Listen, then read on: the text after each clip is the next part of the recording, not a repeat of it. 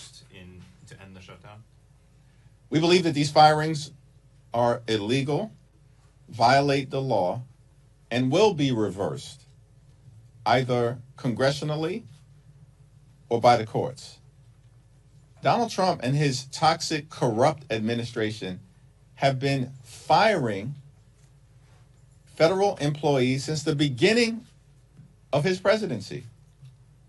And to the extent that they're pretending as if the shutdown has anything to do with the continuation of that effort is a laughable proposition. It's disturbing that they're using hardworking federal civil servants as political pawns to continue their toxic approach to undermining the ability of the federal government to deliver services effectively and efficiently to the American people.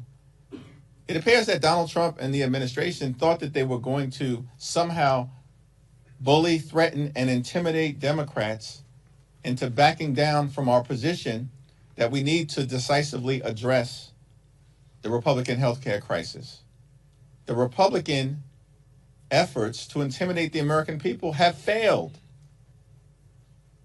And that's why we maintain the position that the only way forward is for Republicans to finally decide to sit down with Democrats, negotiate a bipartisan path forward, reopen the government, pay our hardworking federal employees, and address the healthcare crisis that Republicans have created that is actually devastating hardworking American taxpayers all across the country, including in rural America.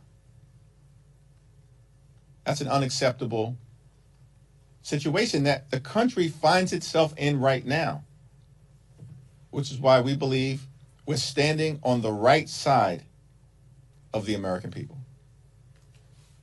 Thank you. The Affordable Care Act is about 15 years old, and we keep seeing it come up here in Congress, in campaigns. Why do you think this is such a divisive issue among Democrats and Republicans after all this time? It's not a divisive issue for Democrats. It's not a divisive issue for independents.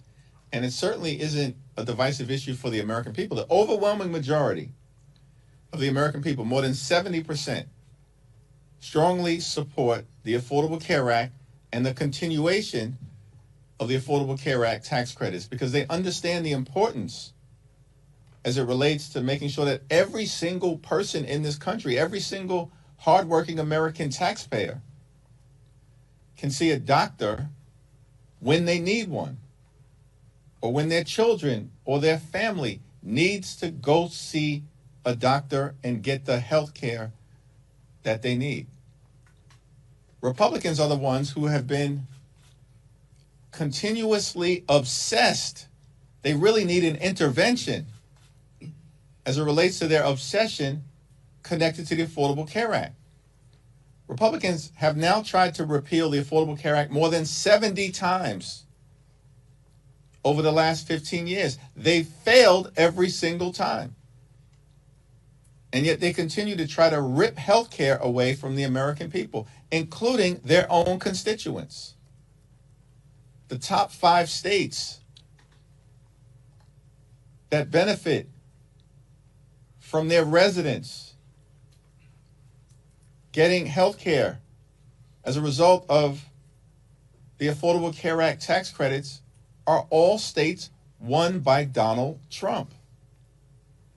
They include West Virginia, Wyoming, Alaska, Tennessee, and Mississippi. 45% of the people who are on the Affordable Care Act right now are Republicans. 35% Democrats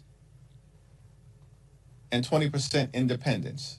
The Affordable Care Act should not be a partisan issue. It's an American issue. Healthcare is an American issue. Protecting hospitals, nursing homes, and community-based health centers, that's an American issue. Standing up for Medicare and Medicaid, as Democrats are doing, that's an American issue. And it's perplexing to us that Republicans refuse to spend a dime to protect the health care of the American people. But somehow the Trump administration found $40 billion to bail out a right-wing wannabe dictator in Argentina in ways that are also going to continue to hurt our soybean farmers in Iowa and in the Midwest. That's outrageous. This is corruption in real time. It's having serious consequences on the American people. Pete? All right. Questions? Okay. Leader Jeffries, will you attend a No Kings rally on Saturday? And what do you think of Speaker Johnson and other Republicans calling these Hate America rallies?